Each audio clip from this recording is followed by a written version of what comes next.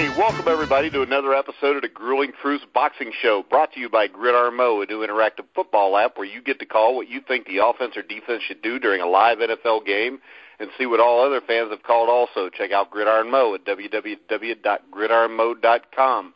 As always, I'm your host for the boxing show, Mike Goodpasture. I want to welcome in my co-host as always, Dave Sidursky. How you doing, Dave? I'm doing well, Mike. How you doing tonight? I'm doing great. We have a very special guest tonight. Our guest tonight is the former IBF Welterweight Champion of the World. Help us welcome to the Grueling Truth, Kermit Cintron. How you doing, champ? Thanks, Mike. Thanks for having me on. All right. Well, to start off from the beginning, I know you grew up, your childhood was spent in Puerto Rico. You want to tell us a little bit what your childhood was like living in Puerto Rico? Living in Puerto Rico was, as a young kid, I mean, you don't do too much, but just play around, go to the beach, be with your friends, cousins. But by the age of 8, my mom had passed away. So my dad financially couldn't take care of us. It was myself and 2 of my brothers. So we had to move to the United States and live with my grandmom as well, with my aunt, who is my dad's sister, and by marriage, my uncle. And on top of that, they have 4 kids of their own. So it was 10 of us in a 1,300 square feet house. Just glad that my grandmom, along with my aunt and uncle, were able to take care of us, because, again, my dad financially couldn't take care of us. So moved to the United States and been here ever since. Champ, that actually leads into my next question. How did losing both your mother and your father at such a young age impact you? It was devastating. The plans were to for my dad after we had moved to the United States and my dad stayed back. He was just trying work and try to get himself back on track financially and for us to move back to Puerto Rico in a few years. But by the age of 13, I believe it was, my dad had passed away as well. So it was very devastating, the fact that, when I left Puerto Rico, I didn't know that was going to be the last I would see of my dad, So through sports, it's what kept me from, thinking about my parents, and on top of that, just going out and getting in trouble. Okay, now you were a wrestler in high school, right? I absolutely was, yes. What did you learn from your wrestling experiences that you were able to apply to your boxing career? Just work ethic. The work ethic that I have, I took that to boxing, and it's similarity with the workouts. The only thing that's different really is the fact that in wrestling you don't get hit, whereas boxing you do. So that was the probably the most difficult part. Changing from wrestling to boxing, where you get hit. So you had to have more endurance. Work a little harder to be in better shape. So that's pretty much the difference between that. But I think the work ethic that I had, that I have, taking that to boxing is what really helped me. Champ, can you tell us a little bit about your amateur career and what you remember most about it? Amateur career, man. I didn't even have one. Nah, my amateur career was just a year. I started in '99 and I turned pro in 2000. I think I had about 24 fights or 27 fights, something like that, in a year's time. I ended up going to the Eastern Olympic trials, which were held at that time in Scranton, Pennsylvania. Went there and made it to the semifinals. Lost to a guy from Chicago, Cincinnati, Rudy or something, that Rudy Cincinnati, which was a very odd stoppage. Me losing in the semifinals. It was just weird. If I would have won that fight, I would have fought Jermaine Taylor. But, it didn't happen, so I just, I enjoy the sport so much. I was like, you know what? I'm 19. I'm not going to wait for the next Olympics. I just turn pro and just learn the sport from there. And that's what I did. You might as well get paid if you're going to do it. Exactly. So, what are your recollections of your professional debut? I believe you fought Jesse Williams in October of 2000. Yeah, I fought a kid, Jesse Williams. I believe he was from Ohio, Cincinnati, Ohio. I'm not too sure, but apparently he was a top amateur fighter. From what I've heard at that time, I'm not sure if that was true or not. But I went in there, thinking that this kid was gonna, was gonna be a tough fight. I just went in there in first round. I felt comfortable in the second round. I think I ended up stopping him in the second round. And from there on, it just my career just took off. Champ, early in your career, you faced a guy by the name of Omar Davila. You traveled to his hometown of San Antonio, and you took the fight, I believe, with only about a week's notice. Correct. And you, I believe you were cut in the first round of that fight, but you came back to stop him in two. How satisfying was that victory? I didn't get cut at the fight. It was a week's notice. I'm always in the gym. That's one thing that if you're trying to look for me, you'll find me in the gym. And I was ready. So I just had the opportunity to fight on Showbox, and stopping Omar Davila in the second round for the WBC Youth title. It was pretty much the beginning of my career, because after that's when Main Events actually had signed me to a promotional contract. Yeah, and then you made your HBO debut, I think, in July of 2004. You stopped Teddy Reed in 8 rounds. What are your memories of that fight, that night being on HBO? It was a great night for me and for my team at the time. I was fighting for the WBO title, as well the NABF title, and it was just a great great night for me. I put everything together. Teddy Reed, the guy that's just tough, that could punch. He was strong, and I did what I had to do. What we worked in the gym is exactly what came out in that fight, and I just came out of there victorious with I think it was a eighth round stoppage, I believe it was, and it was just it was a great performance in my part. Champ, you challenged Antonio Margarito less than a year later for the WBO Welterweight Championship, and suffered your first loss by a 5th round stoppage. I guess what, if anything, did you learn from that loss? And still to this day, I still do it, but not as much. And that's bending down my waist. He had caught me with an uppercut when I did that.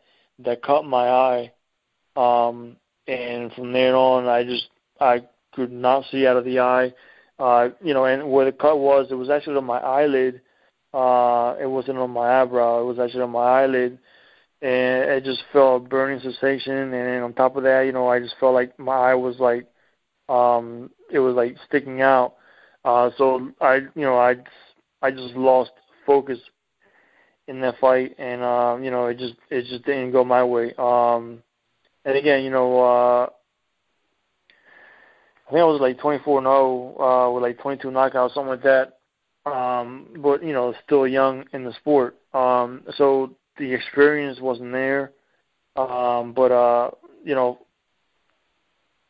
you learn. I mean, you learn.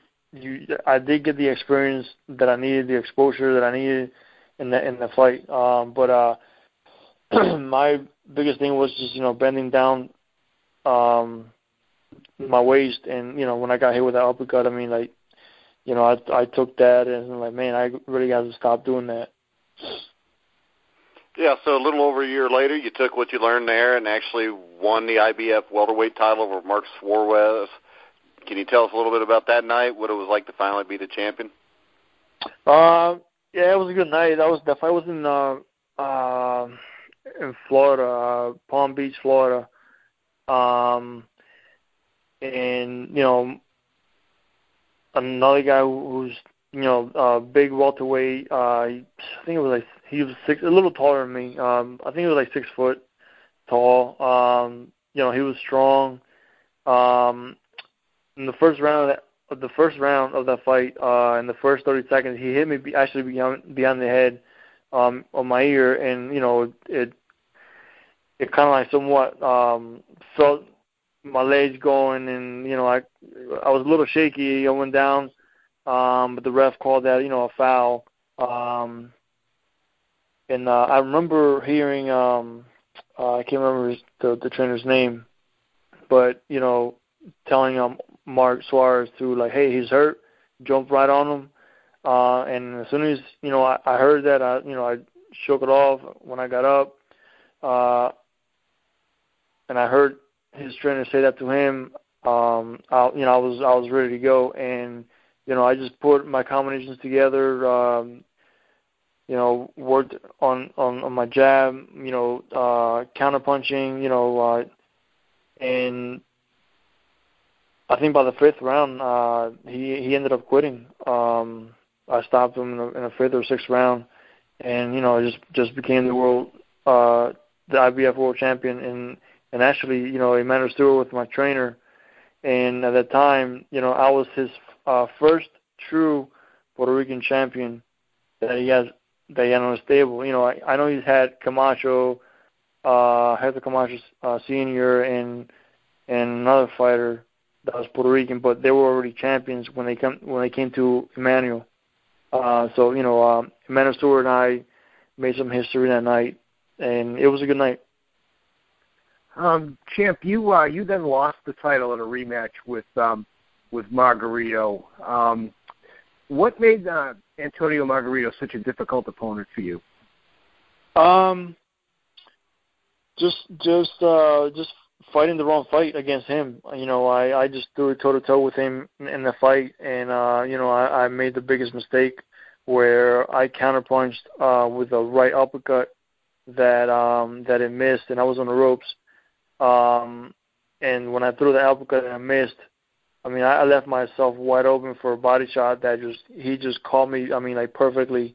And, it was one of them things, like, what can you do? You get hit with a good body shot like that, and you can't catch your breath, and you can't stand up. It's a difficult situation. So I was devastated because I really wanted to win that fight against Margarito, but knowing that I have fought him one time already, I was just trying to revenge my loss against him, and I fought the wrong fight. I just stood there toe-to-toe with him, and again, he just called me with a good body shot. Now, you touched a little bit question earlier on Emmanuel Stewart, and I know he trained you for some time. Can you tell your listeners, or can you tell our listeners about your relationship with him and what you learned from it? My relationship with Emmanuel Stewart was a really close one. Since day one, we clicked, and he treated me like I was his own son. We talked. For the most part, we talked a lot about boxing.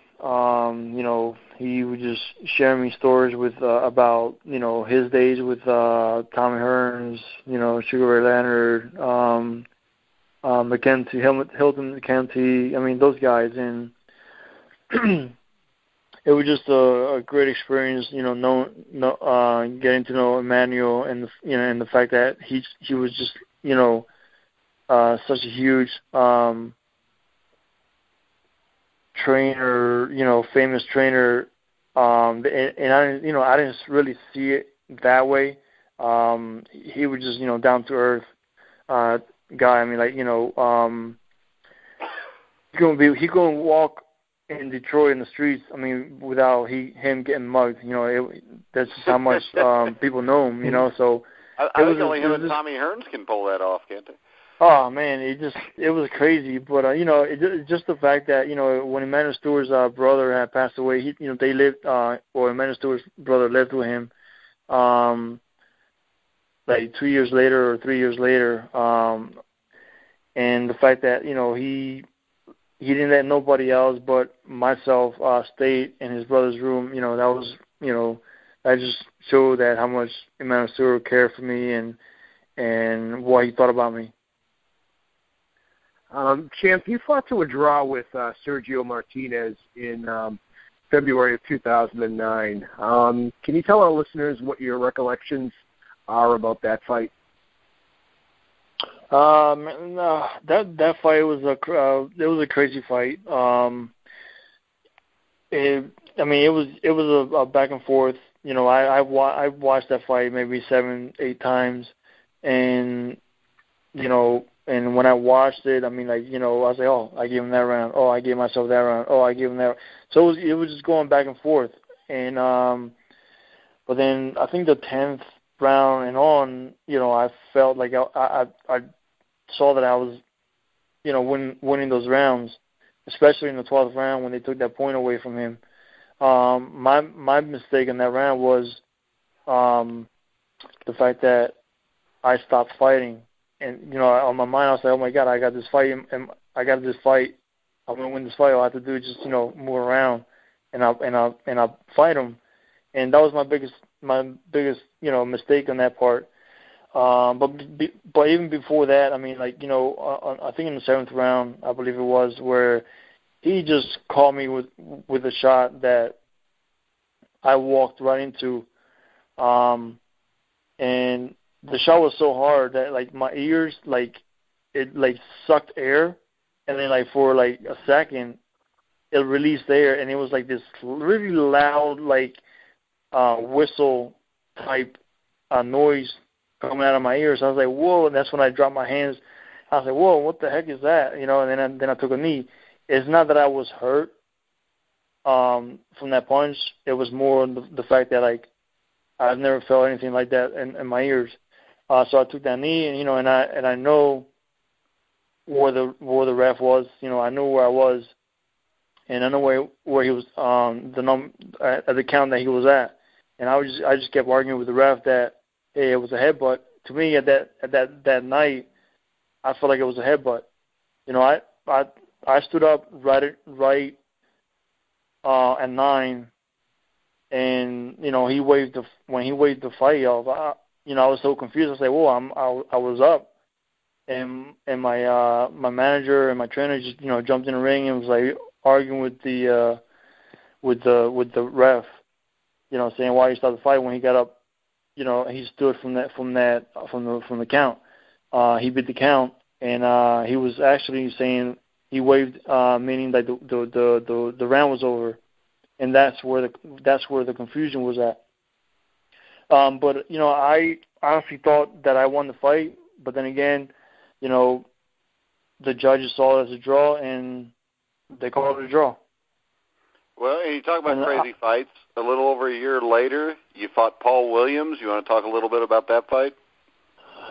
Yeah, the Paul Williams fight. I was so prepared for that fight. As soon as that bell rang, and we exchanged a couple jabs here and there. I counterpunched a couple times on him. And watching that fight, I had myself winning all 3 rounds.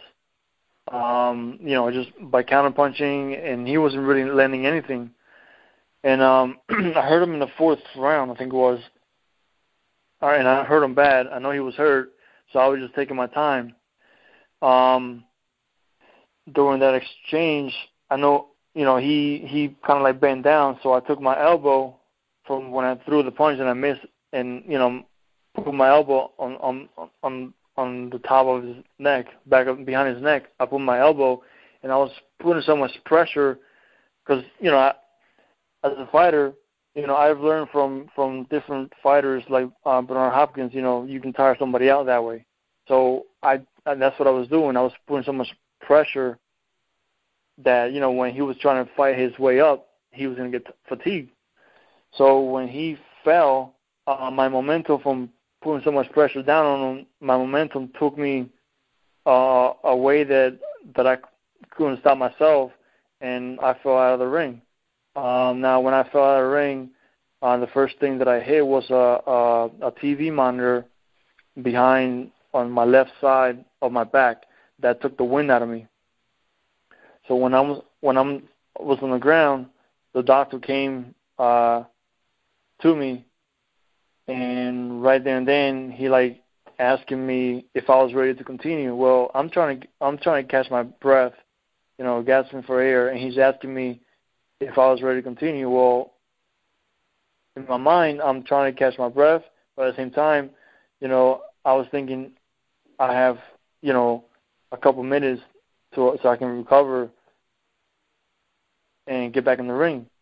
Well, he asked me 3 times right there, and he called the fight off. Well, at the time, I was just, starting to talk. I called my air, starting to breathe, and when I was trying to stand up, he went and put his knee somewhat on my shoulder or my back, whatever it was, where I couldn't stand up. So, right there and then, he just took the fight away from me. I mean, people call me that I dove out, that I'm a chicken, blah, blah, this and that. Well, people don't realize, listen, I'm here to fight. I'm here to get paid. There was a rematch clause. If I would have won against Paul Williams, I was going to get a $4.5 million payday in a rematch. Now, why would I want to dive out of the ring, get disqualified or lose a fight to lose $4.5 million? I just, and I just keep it to myself because I don't really, argue with media or just people. I know what happened that night, and that night the doctor took the fight away from me. Yeah, I agree with you. I thought you won the first 3 rounds also. But, they had to protect Paul Williams, too, because I think he was the bigger name for him. But yeah, of course. Yeah. I think anybody who thinks that you dove out of the ring purposely is nuts. They obviously haven't watched your career. I mean, that's crazy. So in November of 2011, you challenged Canelo Alvarez and you lost by a 5th-round stoppage. How disappointing was that defeat to you? You know what? It was a very disappointing night for me due to the fact that, I trained really hard for that fight. I went to Canelo's backyard, fought him in the ring that I honestly can say to you was no bigger than 15 by 15. Couldn't really box the way I was supposed to box that night. And for the ref to stop the fight and so prematurely, I got hit with one of good shots. But for him to stop the fight, it was ridiculous. The only chance that I had that night was if I would have knocked him out. I knew I hurt him, I believe, in the 4th round when we were exchanging punches. I knew I hurt him because he froze for a second. So, I was just trying to box in a phone booth. That's what I was trying to do, box him in a phone booth. But it was a disappointing night for me. I mean, it was for a world title, and no reason why the rest should have stopped the fight so early. Yeah, so looking back on your career up to this point, is there anything that you would change or do differently? Yeah, actually, I would. I would have, gotten the surgery that I needed to get back in 2007 when I fought Jesse Feliciano. I had hurt my hand bad in the first round. I was defending my title for the first time, the IBF title. So, I should have gotten the surgery that I needed to get. But instead, I just, I tried letting it heal on its own, and I continuously fought with injured hand, where I was using my right hand 30% of the time, and all them years, I think, from 2007 all the way to 2014, I fought with an injured hand that really nobody knew that I had an injured hand. Realized that I was fighting with an injured hand, and when I fought, my last fight was I believe it was March of 2014 against Ronald Cruz. I pretty much finished my hand in the third round against him, where I hurt it really bad, and I knew right there and then either I retire after this fight or get the hand surgery that that I've been avoiding all this time and continue my career. So after the fight, I ended up getting back-to-back surgeries. One was in May, and then I had another one in July. So it's why I've been out for 18 months now. Champ, I think you just answered my next question. I was going to ask you if you plan to fight again. It seems like the obvious answer to that is yes. So what are your plans at this point?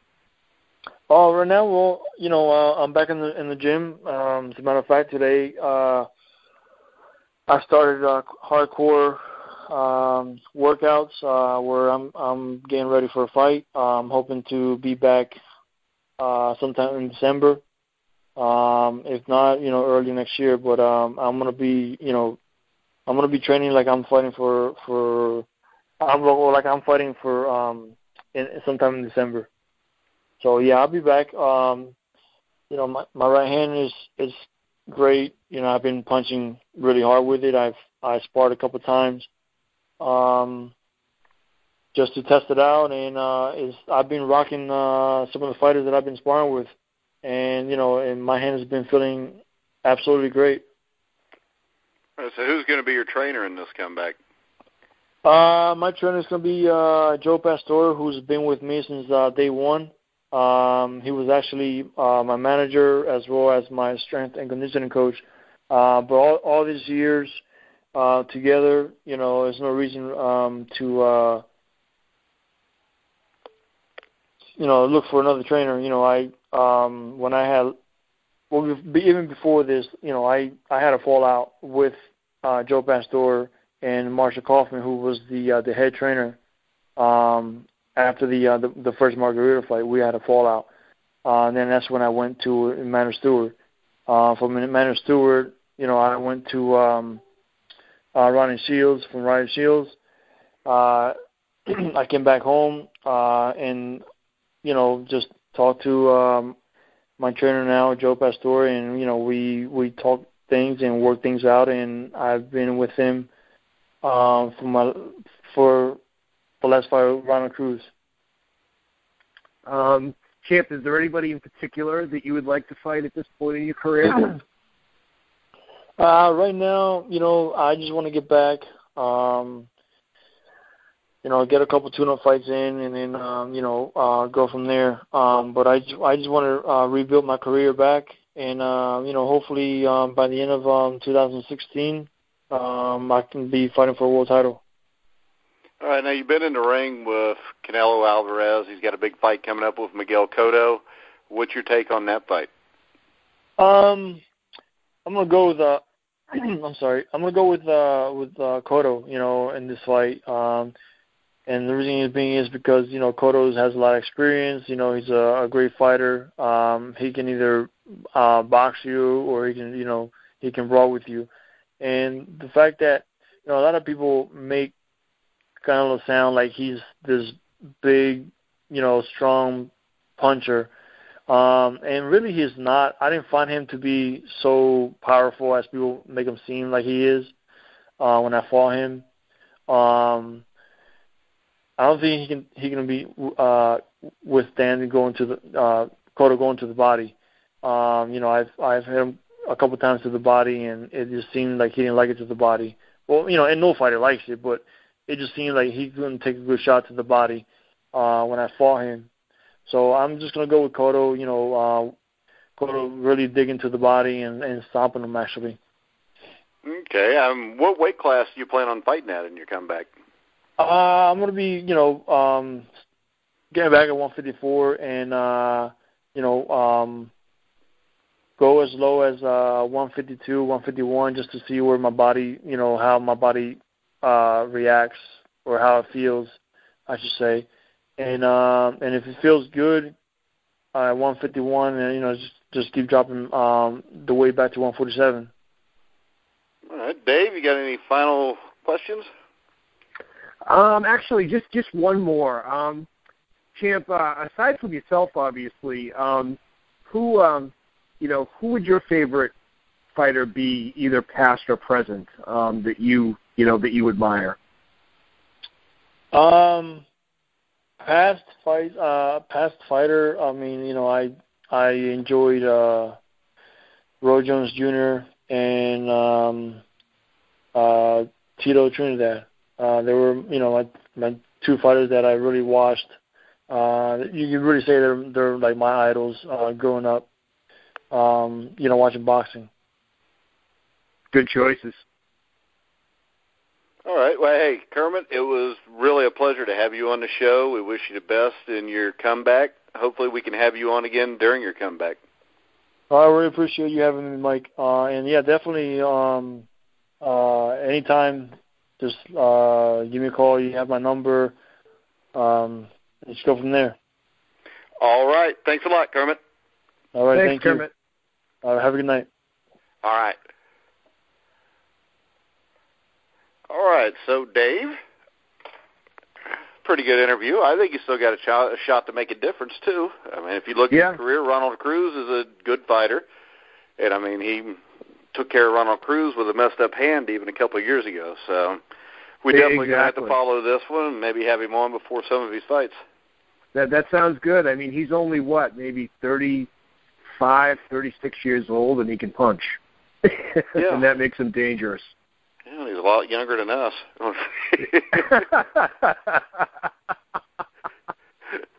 But, hey, I want to remind everybody, check out Gridiron Mo, new football app, www.gridironmo.com.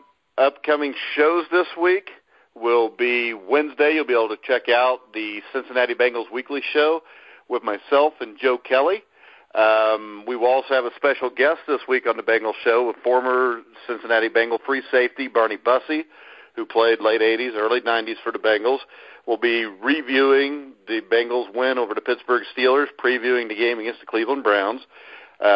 We get the San Francisco 49er show, which will be out sometime Thursday with former 49er Dexter Carter.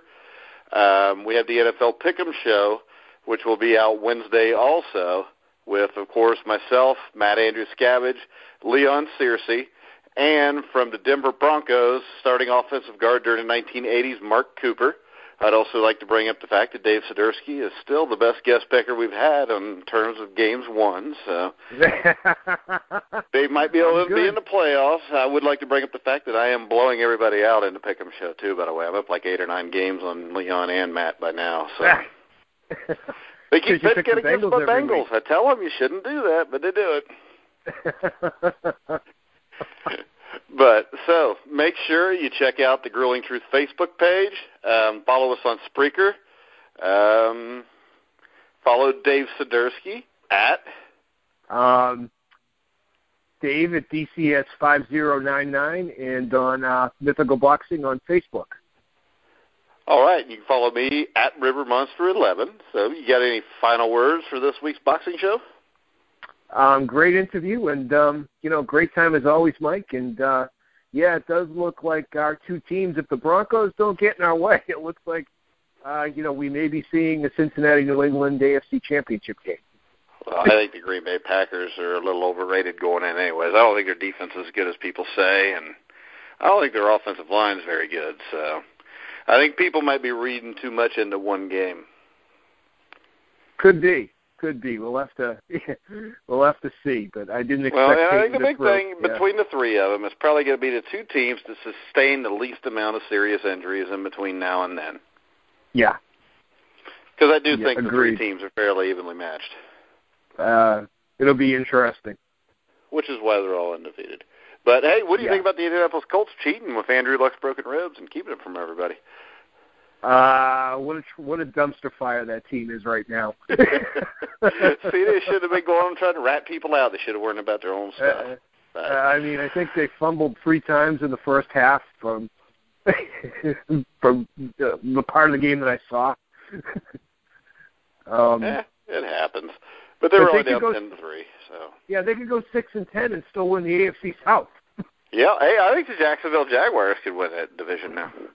It's wide open. You know what? Anybody you say is going to win that division is going to make the person you're talking to laugh. That's how bad the division is. Yeah. But, hey, what do you think of Miguel Cotto and Saul Canelo Alvarez? Who do you think? Or should we just save that and do a preview show for it?